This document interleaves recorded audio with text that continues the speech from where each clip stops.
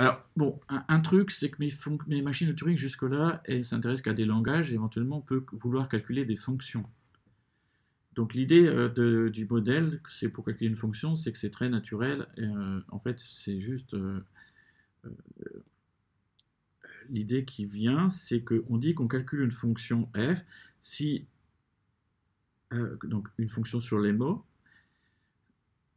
Ça veut dire que ben, pour calculer f, ça veut dire que si vous donnez comme entrée w, un mot w, c'est-à-dire que je mets w sur le ruban, la machine de Turing va faire un certain nombre d'instructions et finir par accepter. Et lorsqu'elle accepte, elle a mis en face de la tête de lecture et sur le ruban f de w. Autrement dit, il y a un programme qui prend w et qui va exécuter un certain nombre d'étapes et finir par remplacer le ruban qui contenait w par f de w. C'est ce qu'on appelle calculer une fonction par une machine de Turing. Bon, alors les machines de Turing, parfois, elles bouclent. Donc, on peut aussi considérer le calcul de fonctions partielles. C'est-à-dire partielle, ça veut dire que pour certaines valeurs, elle n'est pas définie.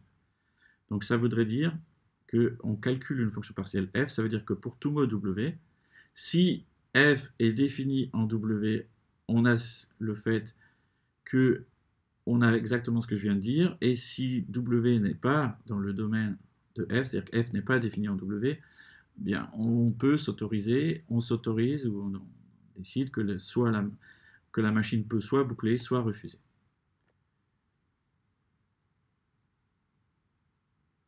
Ok. Bon, et en fait, quelque chose d'implicite que vous avez déjà fait, en fait, sans le dire dans les petites classes. Là, en fait, je suis en train de parler de fonctions partielles sur des mots vers les mots. On veut souvent parler de fonctions sur les entiers, sur des graphes, etc.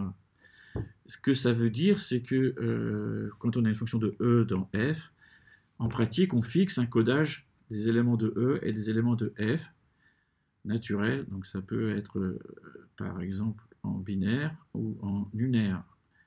Et ou d'autres types, ou un codage des graphes, ou votre codage préféré. Et on dit qu'une fonction de e dans f est calculable si on peut calculer la fonction correspondante qui va transformer le codage de l'entrée de la fonction en le codage de la sortie de la fonction. Peut-être que c'est plus clair avec un exemple.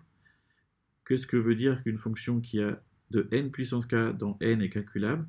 Ben, je dois fixer un codage des k uplet et des entiers. Et donc, par exemple, je peux travailler en lunaire et, pourquoi pas, et décider que je code n1, nk donc qui sont k entiers, sur l'alphabet A, B, par un A répété n1 plus une fois, un B, un A répété n2 plus une fois, un B et un A nk plus une fois. Pourquoi pas?